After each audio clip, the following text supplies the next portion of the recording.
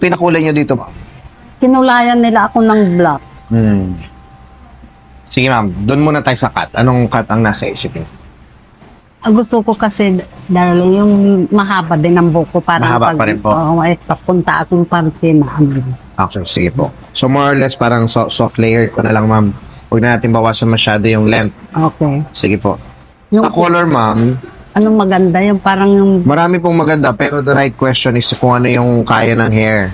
Ay, ganun ba? Opo. Kasi, kung tututok tayo dun sa maganda, marami kasing variation yun. Ang maganda talaga is light.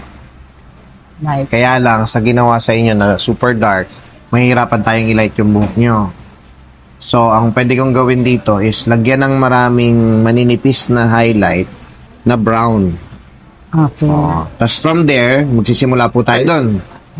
Sa susunod na visit nyo, kung gusto nyo ng mas matingkad, mas madali na kasi galing na tayo sa brown. Hindi na tayo magkagaling dito sa dark.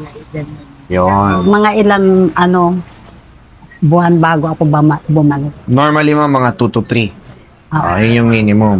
Pero doon sa 2 to 3 na yun, posible na kung okay pa naman, pwede kayo mag-roots lang. Pero kung gusto nyo na mag-proceed sa lightening ulit, pwede naman.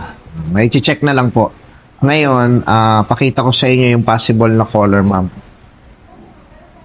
Kasi masyadong dark, ma'am. Ganun ba yun? Kasi gustong-gusto kong tagal kong gusto makarating sa'yo. Hindi ako marunong pumunta sa Greenfield. Ito, ma'am. Okay ba sa inyo to? Hindi, basta bagay sa atin. Ito, ma'am. lang. Maganda to. Oo, sige. Try nating ma-achieve to kung kaya.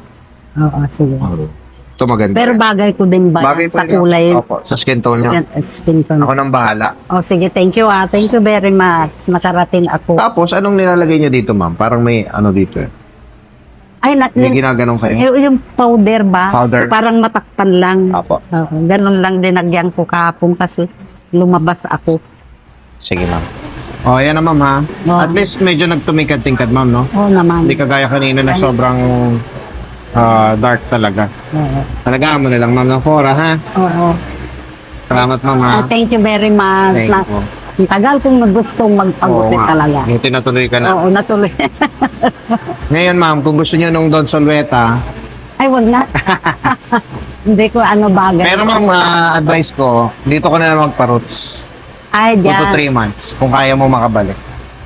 Para ma-consistent natin yung roots. Kasi pag nilagyan na naman po ito ng dark, babalik ka na naman po sa dati. After 3 months, pwede ko nang 2 pagano. to 3 months. Oh, sige. Thank you po.